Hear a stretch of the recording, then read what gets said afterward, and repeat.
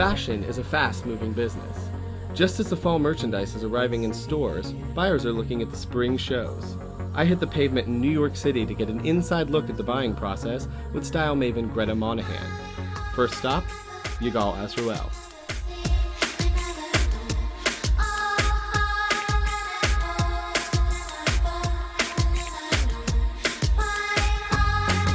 So Greta, tell me, where does the process begin season to season? You're 6 months out, you're looking at a season, you're looking at spring and fall. How do you get yourself into that mode to buy for your customer?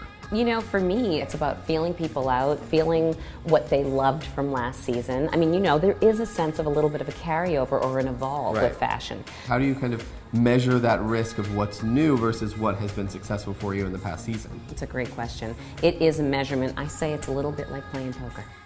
Because honestly, I mean, it is the sign of a great buyer to be able to anticipate, to be able to read the customer, look at the market, select. Because I think that what people don't realize out there is that, you know, Joseph, you go to a runway show, you see 38 looks, 40 looks. Right. You go to the showroom, there are thousands of derivatives of those two outfits that will be shown in the magazines. Right. And sometimes, and many times, what I see on stage that I love in its look is not going to work for my Boston customer, and not going to be working for any of the customers that I dress all over the world. So my question to that point is, when you're looking for something in any given showroom, what are the kind of elements that make something special, that make you want to bring it back for your customer? When I come in, some of the things that I'm really looking for are construction.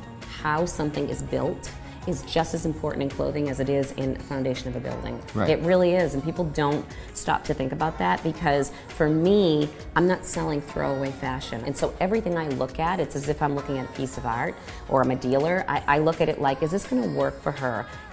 And what's unique about it? Will it work next season, the season afterwards? Right. So kind of bearing those qualities in mind, why don't you take me through Yigal's Spring 13 collection? Absolutely. Let's get an idea. Okay.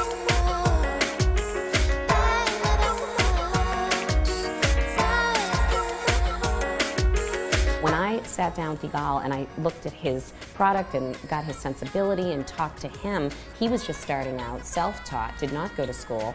And I was like, you know what, this is amazing. He works in knits. He works in texture. At that time, he worked a lot with jersey, which he's kept in the collection, but in an elevated way. And you know, we have people on the move in Boston, and even my celebrity clients, I mean, they need clothing that works in their busy lives. Right. So I'll show you a couple of things. Let's take a look.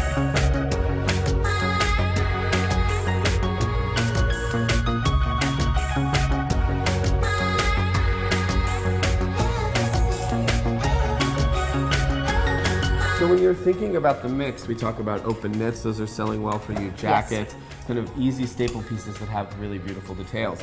Is there a matrix really that you have to keep in mind when you're thinking about the kinds of pieces, like say bottoms versus tops versus dresses versus jackets? Yeah, I'll give you the secret formula. As a rule, women will buy more tops than anything else. The other secondary thing is bottoms, but bottoms now really are separated by jeans and pants and skirts. And then the other piece, like you talked about, what's seasonally important is leather. And you know, for a long time, Joseph, that was a don't. Like, don't do leather in the spring and don't do white in the winter. Well, it had its hello. own connotations. Exactly. You're a woman wearing leather. Exactly.